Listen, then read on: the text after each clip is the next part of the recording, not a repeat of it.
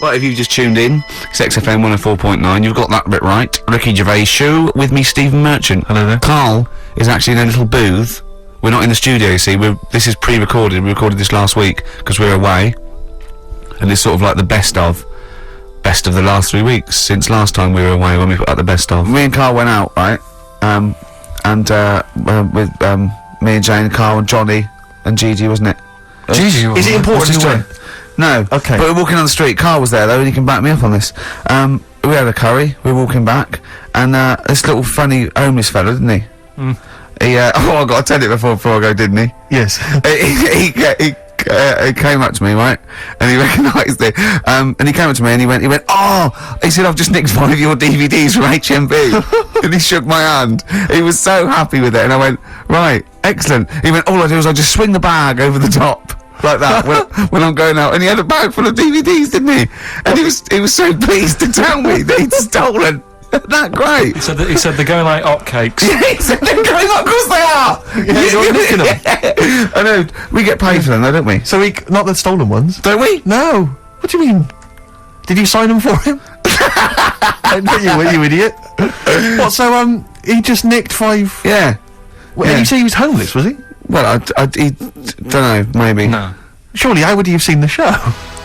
He'd just walked past Curry's one Dixon's. morning. Yeah, to tell you, I Seen a did. trainer for it. Thought, interesting. I don't know if he was homeless. I didn't go into his home Sure. life. He shook his hand though, and But he made Carl look smart. Do you know what I mean?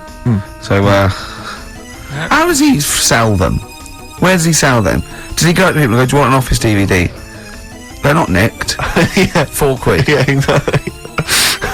Are these stolen? No. No. They've still got the tags on them. Well, it's like those people who, those cab drivers that you'll meet at sort of 3 in the morning who've just got a car, Yeah. and just went out with a car, Yeah. and just I'll pick people up and charge them. Yeah. I got in one once. I said to him, the guy just pulled up. I said, he said I was in like East London. I'm going back to North London. I said, yeah, going to Swiss Cottage. He went, sure, hop in. We set off. He went, do you know the way? I said, well, not really, no. I thought you'd know the way. You're in a cab. He went, no, don't really know the way there. I said, have you got an A to Z? He went, no. I thought, well, if you're going to go out just on the, just winging it as a cab driver, Yeah. 2 things: take a map and a torch. He didn't have either. He said, well, I'll probably get to Camden.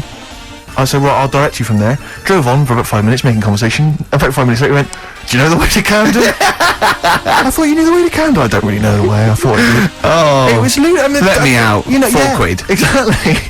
And that's, I don't know who's got that sort of time on their hands, that they just think, it's 3 in the morning, I'm at a loose end, I think I'll go out doing a bit of cabbing. Wow. Yeah. Because your dad was a cabbie, wasn't he? Yeah, he was, yeah. Couldn't stand it, but it's good money. He was he wasn't like a chancer though. What was he doing when he put that little Forrest Gump in a weedy bin? That was part of the cab company thing. They had to do like a charity event once a year, and he did it one year. Never asked him again.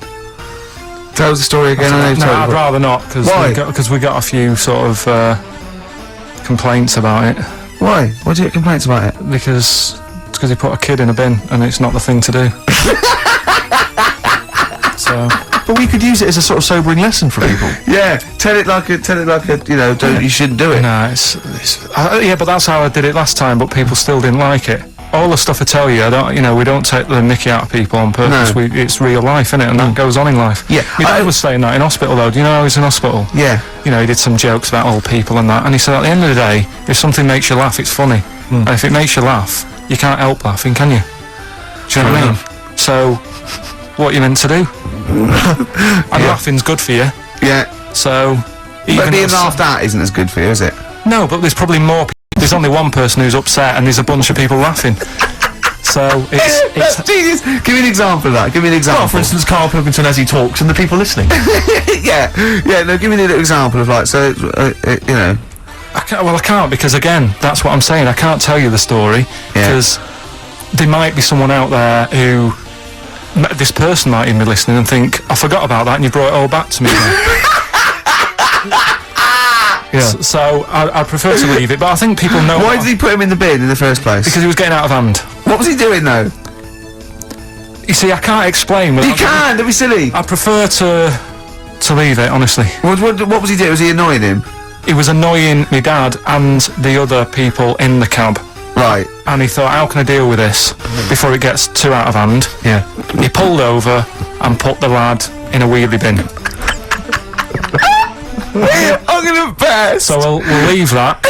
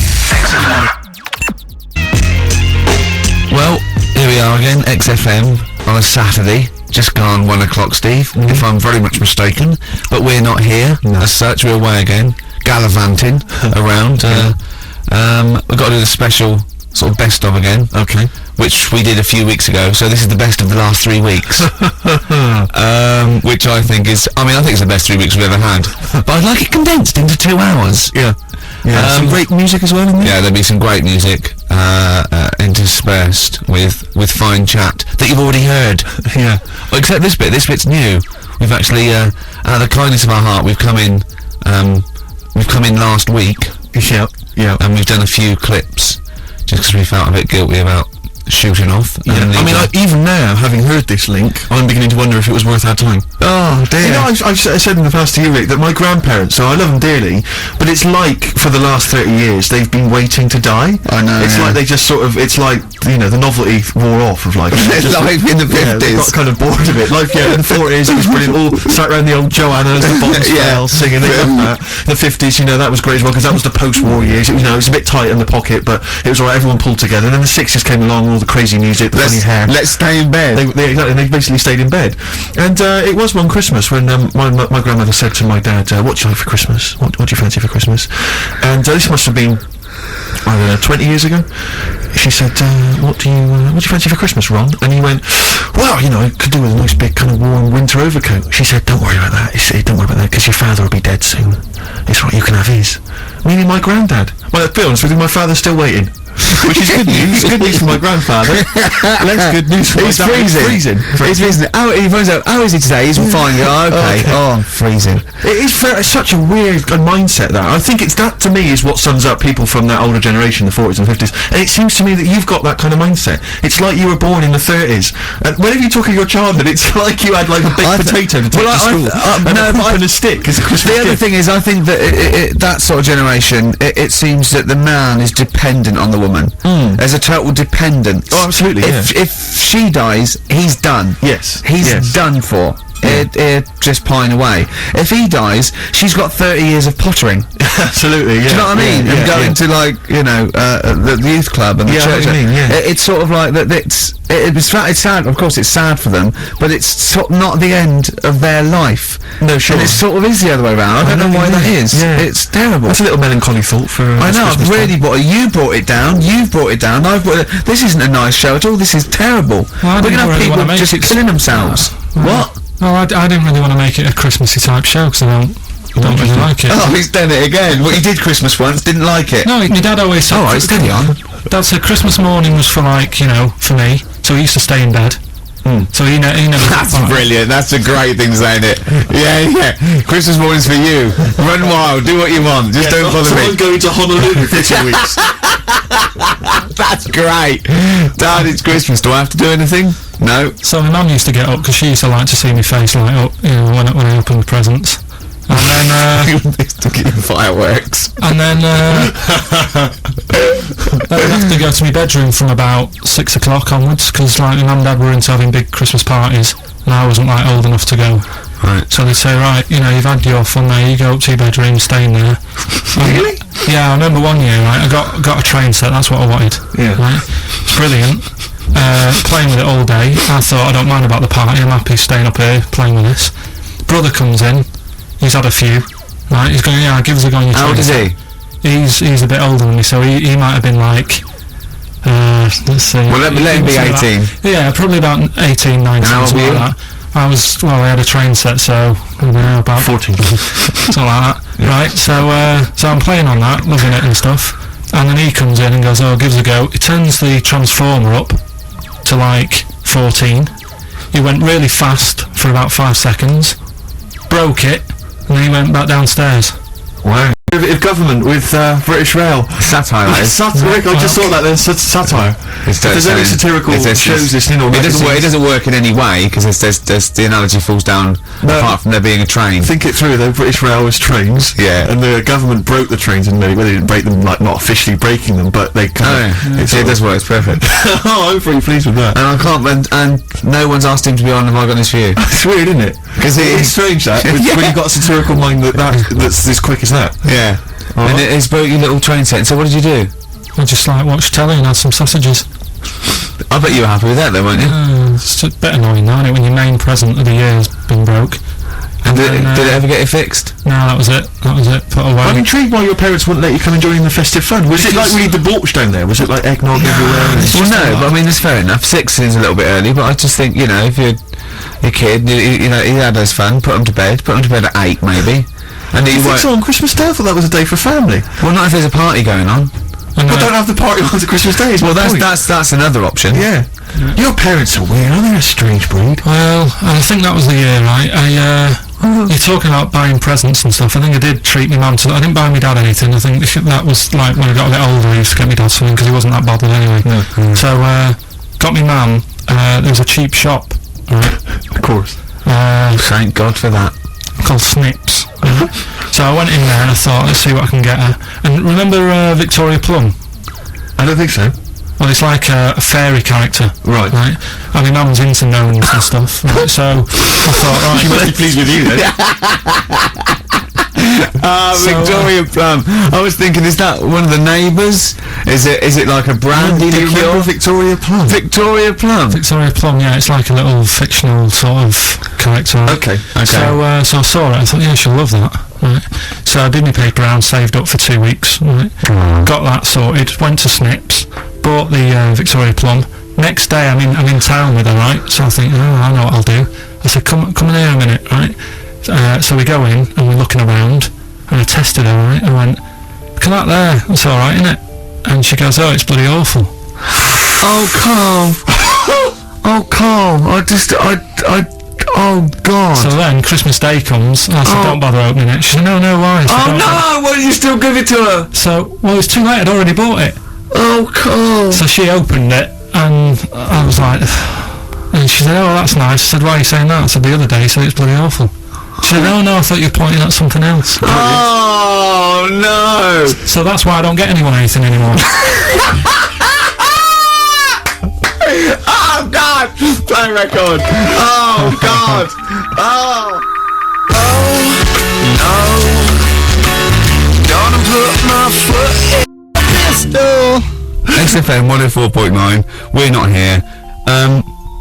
This next clip is one of my favourite clips. Look, it needs no introduction. Here it is. something else we're giving away. Go on. The Shining. It's more throwing away, isn't it? Once Is again, it on video? Once again, it's on VHS. Just because you buy it out of your own money, Carl, stop being so mean. And I want to watch it tonight because it's one of those films that So you're going to watch this video and then you're going to send it to someone as a prize. yeah, it's one of them films that Sorry, you just said yes to that without blinking. well, yeah. You don't think, like, Les Dennis doesn't have a quick go in the car with Family Fortune before he gives it away? It costs Jim Bowen £5.99. has a go at those his towel racks. It costs £5.99, Carl. Okay, this is Carl in the classic The Shining. And what's the question? Well, we might ask that afterwards. Okay, then.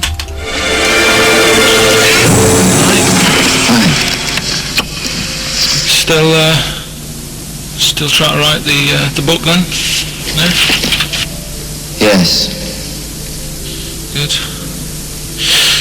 Funny, someone told me the other day, weird thing about a typewriter, the top row of letters, the longest word you can write is typewriter. I'll just show you, That's weird, isn't it? It's just the typewriter being... You're not in the mood, are you? You're in one of those grouchy moods again, that you get into when you're writing. I'm not being grouchy. I just want to finish my work. Yeah, it's just... She's being a bit funny, a bit offhand in that. Let me explain something to you. Go on. Whenever you come in here and interrupt me, you're breaking my concentration. You're distracting me. And it will then take me time to get back to where I was. Understand? Yeah, but I just was coming in to try and cheer you up, you know, if you... I mean, I'm full of ideas as well, you know, if you're having a problem coming up with stuff, got loads of ideas you could write about. The other day I read about this airy Chinese kid. What do you want me to do about it? No, it's just that it could make a good book, do you know what I mean, sort of follow him round. That's swell. Well, I'd buy it, you know. But if you don't want to know, don't bother doing it. But do you know what I mean? Just airy Chinese kid. It's weird because they're not normally that airy over there. Yeah, this kid caked in it. But if you don't care, I wouldn't touch one hair on his goddamn little head. you won't have to touch any hair on his head. Like I say, he's covered. Leave the head alone if you want. Touch his hands. He's totally covered in it. But I love the little son of a bitch. well, don't go that far. You haven't met him, but I can sort it I'd out. do anything for him. I don't think you'd expect that much. Just take him to the barbers 3 or 4 times a week. You know, he's a good little kid. In fact, I'll do it. I think I'll write a book on him. Yeah? Do you think you can handle that? Yeah? Not too busy, are you? Well, yeah, I'm pretty busy. I've got to sort out some monkey facts for the show this Saturday, but I reckon I can still... Why don't you start right now and get out of here? Alright. I will. If you're going to be like that. Couldn't borrow a pen, could I? See you later. There you Haunting. go. Haunting stuff there, Carl Pilkington. Crazy because the suggestion is he's maybe possessed by demons that maybe are in the hotel. But you know, if I was stranded in a desolate hotel, removed from all human contact with Carl, I'd go mental with an axe without being possessed by demons. That's more chilling to me. Trying to get some work done and you keep wandering in. I'm trying to get Carl to spend a couple of days in the caravan with me, just for the head of it, and he won't. I've offered him money, won't I? I think it'd be a great laugh, wouldn't it, Carl? Oh, yeah, great. That would be terrifying. No, I want to film it. I just want two to of film you. it. Like a little video diary. There's Carl there, he's just waking up. Well, If I was stranded in that would be like being... I may as well be with Freddy Krueger and Jason Voorhees. That's more scary. the thing The two of is, you. Ricky doesn't mess you about as much as he messes me about. No, you see, you've given him an inch. You've given him an inch and he's taken a yard. 12:30 you got in today.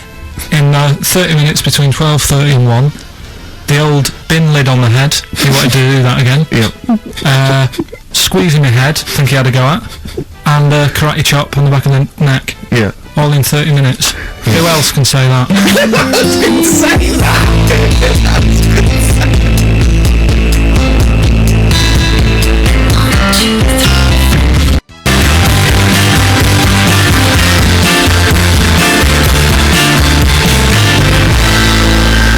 XFM 104.9, Ricky Gervais show with Steve Merchant. Hello there.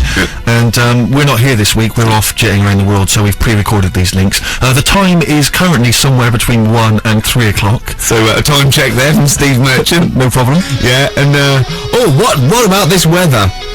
Isn't it warm? Stroke, edit that, Carl. Cold. Okay, whichever one. I'm pleased to see that the congestion charge has had some considerable effect. Had no effect. So just, wasn't that great on telly last night, the film?